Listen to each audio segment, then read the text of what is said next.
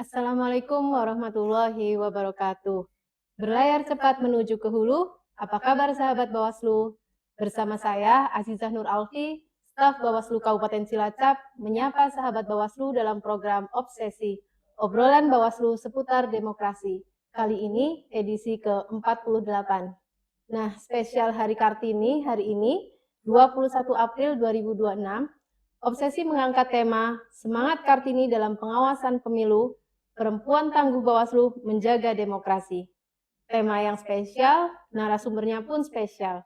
Ada sosok perempuan, pejuang demokrasi, garda terdepan dalam pengawasan pemilu. Hadir bersama di studio Bawaslu Kabupaten Cilacap.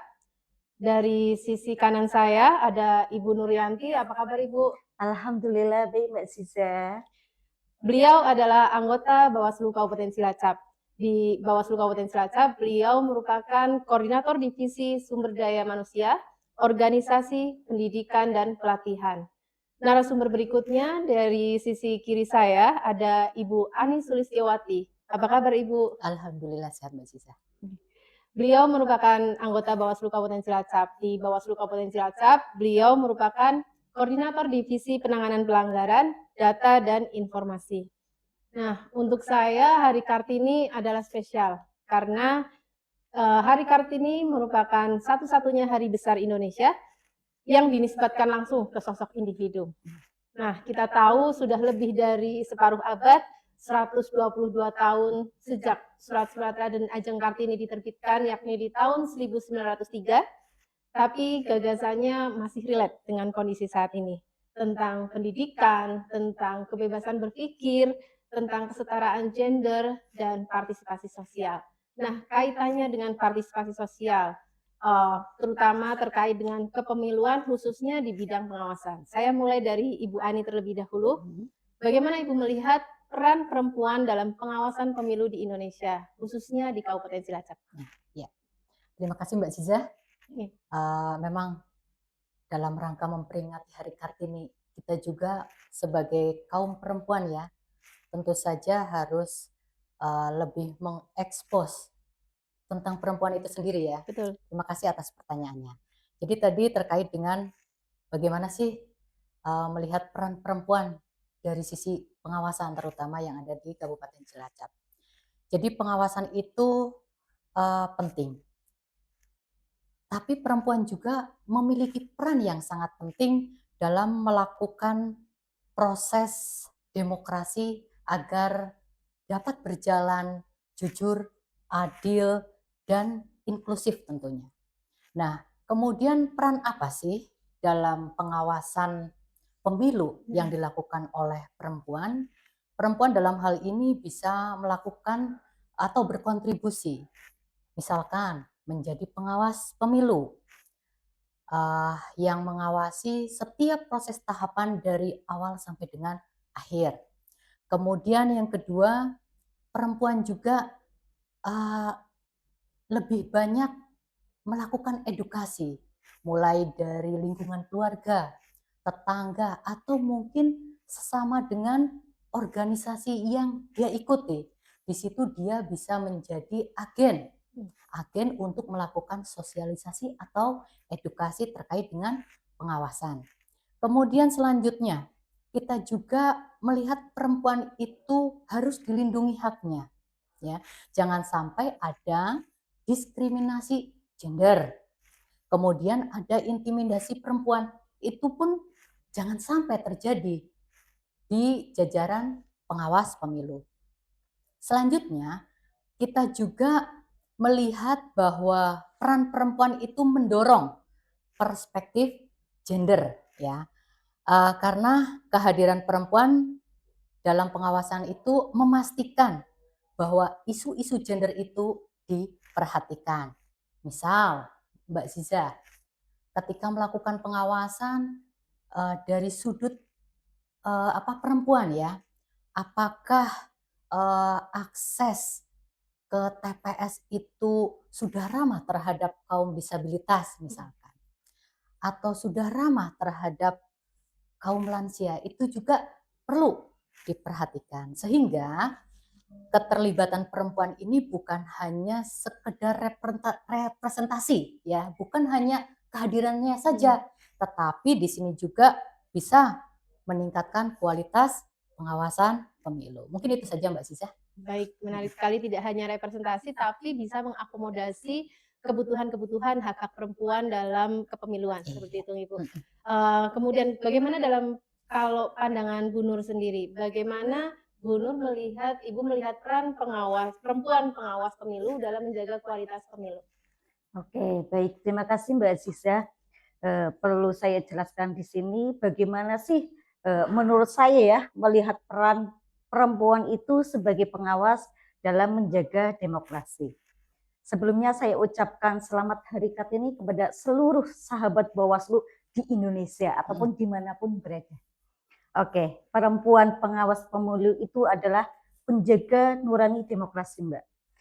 Kami tidak hanya mengawasi secara teknisnya saja, tapi kita juga memastikan nilai-nilai kehadiran itu jelas ada dan tidak seperti yang disampaikan Bu Ani tadi, tidak ada diskriminasi seperti itu. Perempuan itu punya peran yang sangat strategis dalam pengawasan pemilu. Apalagi di tingkat akar rumput nih seperti Kabupaten Cilacap, perempuan itu biasanya itu lebih teliti, gimana? Komunikatif dan dekat dengan masyarakat, dan perempuan itu biasanya mudah membaur dengan masyarakat, terutama nih di acara kegiatan ibu-ibu PKK, di acara posyandu itu kan banyak ibu-ibu, ataupun dengan organisasi-organisasi yang ada di Kabupaten Cilacap. Organisasi di Kabupaten Cilacap ini kan tentunya banyak sekali Mbak, mulai dari Aisyahnya, mulai dari NU-nya, mulai dari pokoknya banyak lah. Jadi perempuan-perempuan itu mudah untuk membaur dan mengajak pengawasan partisipatif dan demokrasi perempuan itu sendiri di Kabupaten Cilacap yang seperti kita tahu juga dengan wilayah yang luas, karakteristik masyarakat yang beragam, yang berbeda, karena mulai dari pesisir dan pegunungan. Karena kehadiran pengawas perempuan itu tentunya sangat membantu kita dalam pengawasan seperti itu. Apalagi di wilayah barat tuh Bu Ani, seperti di Wanareja, di Majenang, di Dayaluhur. Nah, itu benar-benar membutuhkan keaktifan perempuan di situ. Peran perempuan di situ kita sangat perlukan untuk menjaga demokrasi dari ujung barat sampai ujung timurnya. Kami bisa membantu kepercayaan lebih cepat itu biasanya dari ibu-ibu, dari perempuan-perempuan di sekeliling kita. Seperti yang sudah dicontohkan Bu Ani juga tadi, bahwa perempuan itu juga bisa tegas mengawasi jalannya demokrasi. Itu sih, Posisi perempuan sangat strategis dengan kelebihannya yang lebih teliti, itu salah satunya bisa mendukung kualitas pemilu Ibu ya, dengan ketelitian itu. Nah, ya kalau Ibu sendiri, kenapa memilih menjadi garda terdepan dalam pengawasan pemilu? Nah, itu kenapa ya Mbak? Iya, bagi saya pribadi ya, ini adalah sebuah panggilan pengabdian, Mbak. Jadi saya memilih di Bawaslu ini karena saya percaya perubahan itu dimulai dari diri sendiri, dari keberanian dalam mengawal proses demokrasi. Sebagai perempuan saya, sebagai ibu juga, saya ingin nih generasi muda kita, perempuan-perempuan hebat yang ada di luar sana, atau anak cucu kita lah ya, nantinya itu tumbuh di negara yang demokrasi. Khususnya di Kabupaten Cilacap ini. Kalau bukan kita yang mulainya, lalu siapa lagi? Kita awali dari diri kita sendiri sebagai perempuan. Ayo perempuan Indonesia, kalian itu hebat, gitu kan. Di sisi lain juga sebagai perempuan itu saya merasa memiliki tanggung jawab untuk mendorong partisipasi perempuan dalam demokrasinya. Saya percaya perempuan itu memiliki peran penting dalam menjaga kualitas pemilunya. Sehingga penguatan kapasitas dan keterlibatan mereka itu menjadi sangat krusial nih. Di Bawaslu ini makanya kita itu menjaga demokrasi bukan hanya tentang mengawasi proses, tetapi juga memastikan semua hak, semua pihak, termasuk perempuan nih, memiliki ruang, memiliki kesempatan, dan dapat perlindungan yang setara dalam setiap tahapan pemilu. Paling kayak gitu, Mbak. Ya. Mulai dari diri sendiri Iya. untuk mendorong Perempuan, iya. sehingga hak-haknya juga terakomodasi tadi ya, Bu. Betul. Nah, saya ke Bu Ani, Bu. Kita kan tahu politik itu identik dengan arenanya laki-laki nih. Nah, apa sih yang menjadi tantangan sebagai perempuan dalam pengawasan pemilu? Apalagi kan nanti di lapangan akan menghadapi situasi yang beragam, yang butuh keberanian, ketegasan, baik peserta pemilu atau pemilih itu juga kan beragam. Gitu. Bagaimana menurut pandangan Ibu tantangan dalam sebagai perempuan dalam pengawasan pemilu? Ya, makasih Mbak Zizah ya. Jadi ketika kita bicara tentang keberanian dan ketegasan ya Mbak Zizah, bukan hanya keberanian itu bukan hanya berani ya, bukan hanya berani dari segi mentalnya saja, bukan hanya berani dari segi fisiknya saja. Betul. Ya. Tetapi untuk mendukung keberanian itu, kita itu harus mempunyai dasar. Ibaratnya kita harus mempunyai amunisinya juga. Ya. Oke, kita memang perempuan, tetapi sekarang ini kan sudah setara antara perempuan dan laki-laki ya. Kesetaraan gender lah ya. Iya. Nah, jadi di sini keberanian dan ketegasan itu bisa dibangun dari 3 hal. Ya, yang pertama pengetahuan, knowledge ya. Kemudian yang kedua pengalaman. Dan yang ketiga tentu saja profesional. Profesionalisme. Nah, ketika ketiga hal ini digabungkan menjadi satu kesatuan, itu tentu saja akan menjadi amunisi kita dalam menghadapi situasi apapun. Nah, kemudian selanjutnya selain siap mental gitu ya, kita juga harus paham yang tadi saya sebutkan amunisi itu, ya kita harus meningkatkan kapasitas kemampuan kita. Terkait dengan apa sih? Terkait dengan memahami regulasi, terkait dengan memahami prosedur, kan seperti itu. Kemudian terkait juga apa sih kewenangan kita sebagai pengawas. Jadi pengawas itu kan ada berjenjang, ada di tingkat kabupaten, kecamatan, desa, sampai dengan TPS. Itu yang perlu dipahami oleh kaum perempuan juga sebagai pengawas. Kenapa kok itu diperlukan? Itu menjadi dasar ketika kita berhadapan langsung dengan situasi yang mungkin krusial, kita punya pedoman. Jadi kita tidak tergoyahkan dengan adanya misalkan adanya intimidasi, adanya situasi konflik yang memanas, kita berusaha untuk berpikir berpedoman pada aturan. Itu yang pertama. Kemudian yang kedua, dalam menghadapi situasi yang krusial atau tidak kondusif, itu bukan dihadapi dengan kekerasan juga, Mbak. Ya. Artinya di sini tegas itu bukan berarti identik dengan kekerasan, keras ya. Tetapi kita justru harus fokus pada apa yang kita hadapi, bukan apa yang kita menjadi tekanan-tekanan itu. Ya. Kemudian selanjutnya kita juga kan di sini bekerja itu teamwork, bekerja tim. Kita nggak sendirian kok. Kolektif kolegial. Betul yang disampaikan oleh Bu Nur. Kita itu bekerja bukan sendirian kok. Kita kolektif kolegial. Bukan hanya kita yang menghadapi. Kita itu atas nama lembaga loh ya. Berarti semuanya juga kita ada support di situ. Jadi membangun komunikasi, soliditas dengan tim kita itu menjadi dukungan yang luar biasa.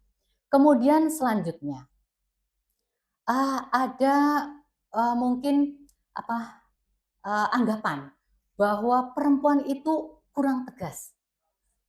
Tetap ada anggapan seperti itu ya, karena berhadapan langsung dengan hal yang demikian. Ya. Jadi anggapan ini itu dibalas ya, dibalas itu dengan apa? Dengan menunjukkan kinerja kita yang maksimal ya. Kemudian menunjukkan konsistensi kita terhadap patuh pada aturan itu sendiri. Kemudian disiplin dan tentu saja integritasnya kita ya. Kemudian selanjutnya yang terakhir adalah dalam menghadapi situasi seperti itu dibutuhkan pengelolaan atau pengendalian emosional. Itu yang terpenting dalam situasi yang berkonflik lah, intinya seperti yang tidak aman ya Gus ya. Jadi fokusnya tetap tenang, tetap fokus pada fakta, tetap patuh pada prosedur sehingga kita itu menghadapinya bukan karena ancaman atau tekanan atau intimidasi, tetapi kita tetap melaksanakan tugas kita seobjektif mungkin. Itu Mbak mungkin yang dapat saya sampaikan terkait tadi tentang keberanian dan tentang ketegasan. Bahwa kita perempuan bisa loh ya Bu, bener? Bisa. Gitu Mbak Ziza. Betul.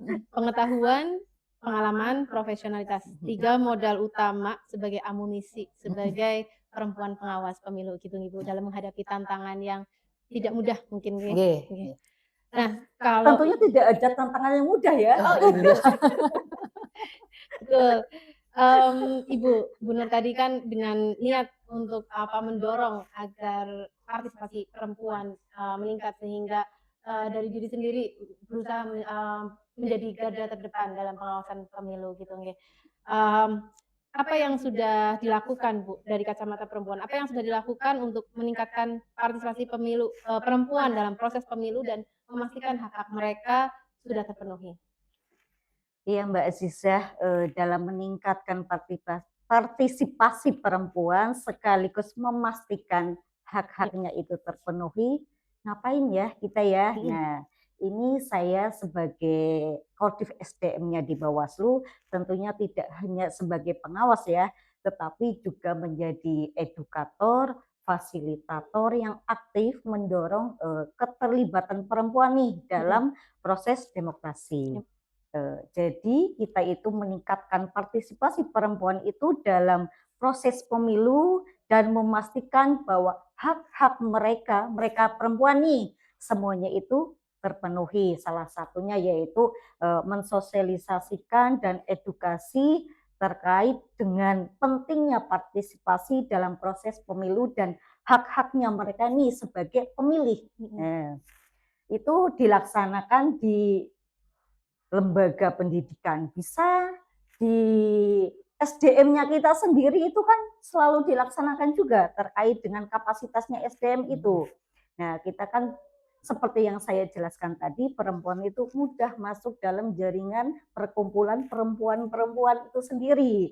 Nah, seperti yang sudah kita laksanakan nih, saya Bu Ani nih biasa itu melaksanakan Bu itu edukasi demokrasi, konsolidasi demokrasi itu salah satunya kita juga masuk ke ranah-ranahnya perempuan itu.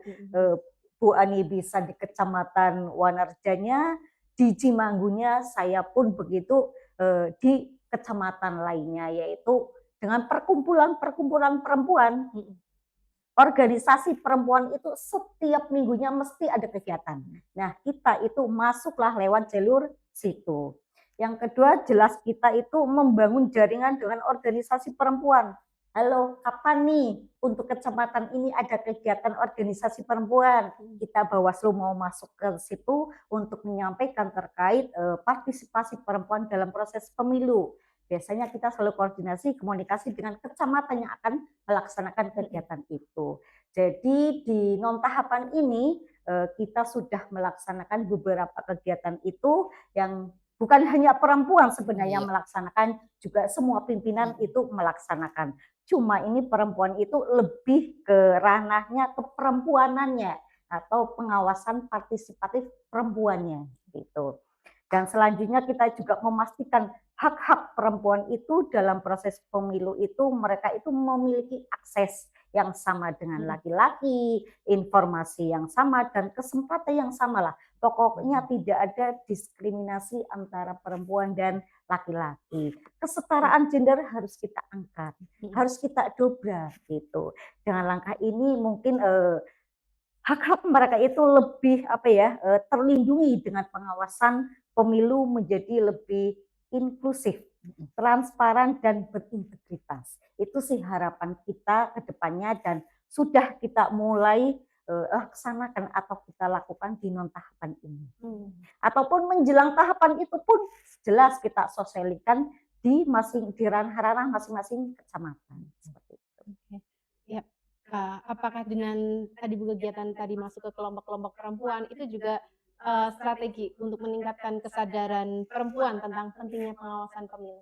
Tentu, jelas itu masuk sekali. Kalau kita tidak masuk ke ranah itu, lalu kita mau masuk ke ranah yang mana lagi? Karena dengan masuknya ada kegiatan-kegiatan perempuan itu akan memudahkan kita untuk masuk mensosialisasikan dan mengajak partisipasi masyarakat perempuan itu sendiri. Karena disitulah forum perempuan itu kita salurkan semuanya nih. Dari Bawaslu juga ada, dari masing-masing pimpinan GOW-nya juga ada. Disitulah perkumpulan perempuan, disitulah kesempatan kita untuk saling mendukung antar kegiatan dan kesetaraan gender perempuan di situ.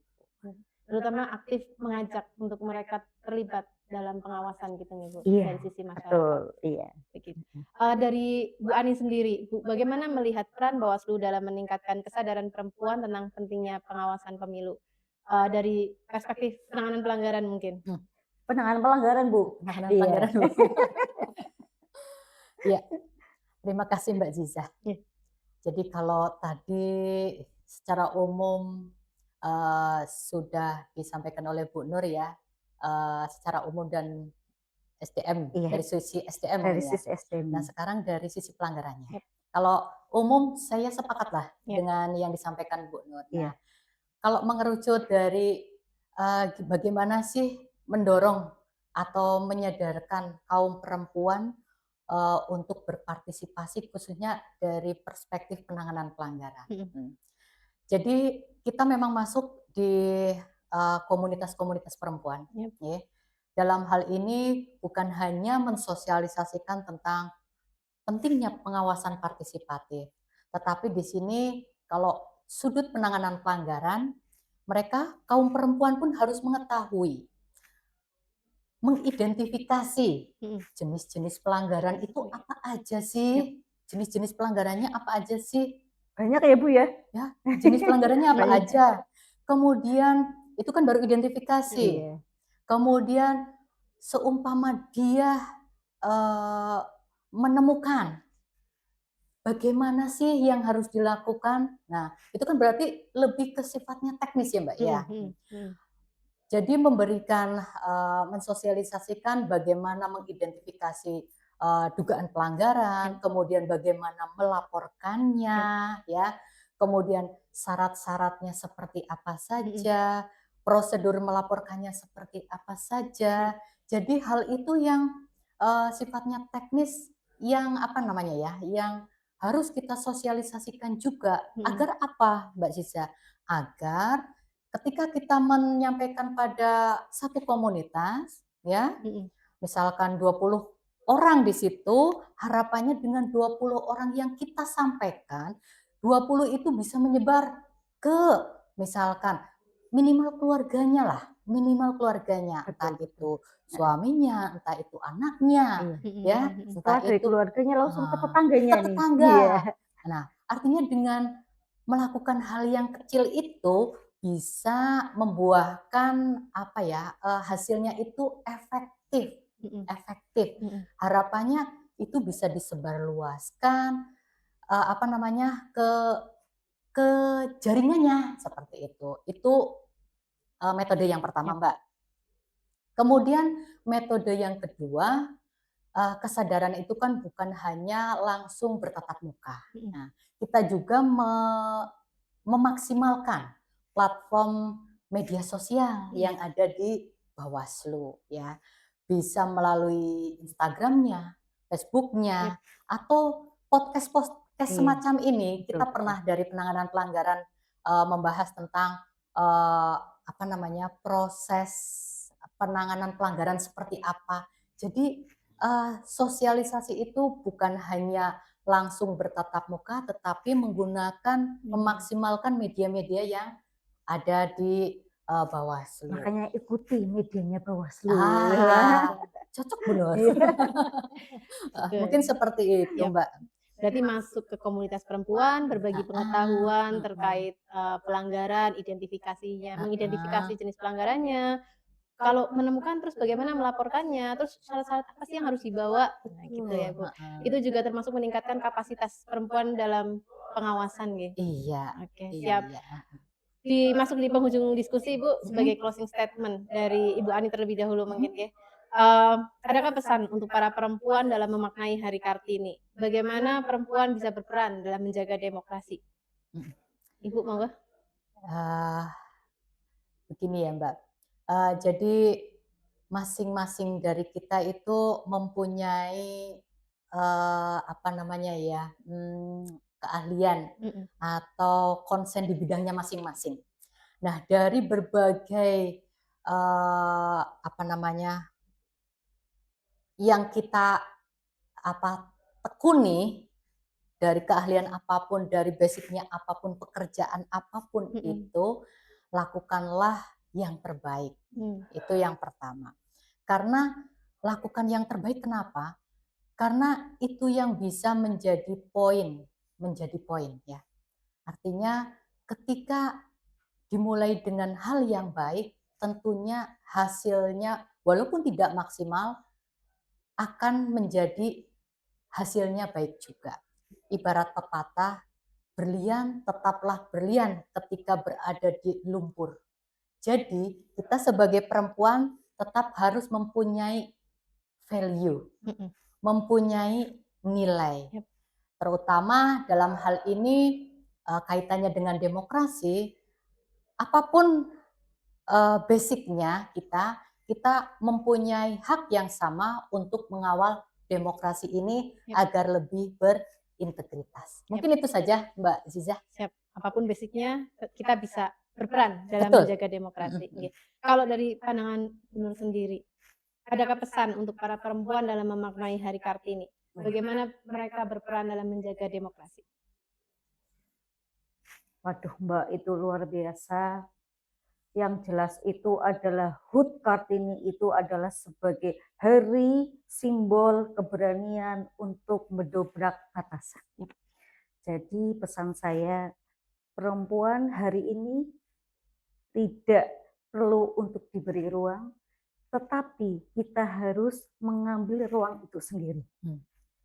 Demokrasi itu butuh suara dan butuh pengawasan kita. Mulailah dari hal yang kecil seperti yang tadi Bu Ani sampaikan, pastikan keluarga pakai hak pilih yang benar dan berani melapor kalau lihat contoh politik uang. Dan jangan takut untuk menjadi pengawas pemilu seperti Bu Ani, apalagi Bu Ani sebagai Ordi PP, penanganan pelanggaran. Toh. Jadi untuk menjaga demokrasi ini seperti menjaga rumah sendiri yang seperti tadi Bu Ani sampaikan, butuh ketelitian, ketegasan, dan kasih sayang. Dan itu semua ada dalam diri perempuan. Jadi marilah perempuan-perempuan hebat yang ada di luar sana, jadilah pengawas partisipatif perempuan, dan ayo kita bangkit, jangan takut untuk jadi pengawas pemilu. Selamat Hari Kartini, mari kita jadi Kartini pengawas demokrasi. Itu Mbak. Menarik sekali, menjaga demokrasi dari lingkungan terkecil, Iya. yaitu keluarga. Baik, menarik sekali diskusi spesial hari ini. Dari diskusi tadi saya menggarisbawahi bahwa perempuan bukan hanya sebagai objek politik, melainkan penentu arah demokrasi. Demokrasi yang bermakna, demokrasi yang baik adalah demokrasi yang inklusif, menyertakan semua orang. Artinya kepemiluan tidak hanya menjadi ranah arena laki-laki saja, tapi juga arena semua orang, termasuk di dalamnya perempuan. Terima kasih Ibu Nuryanti, Ibu Ani atas diskusi yang menarik hari ini. Izin Ibu kita menutup diskusi ini dengan ucapan Selamat Hari Kartini untuk perempuan Indonesia, langsung diikuti dengan slogan Bawaslu. Yuk. Selamat Hari Kartini Untuk perempuan Indonesia. Bersama rakyat, Awasi pemilu, bersama Bawaslu, tegakkan keadilan pemilu. Akhir kata, saya Aziza undur diri dari podcast spesial hari ini. Wassalamualaikum warahmatullahi wabarakatuh. Waalaikumsalam warahmatullahi wabarakatuh. wabarakatuh.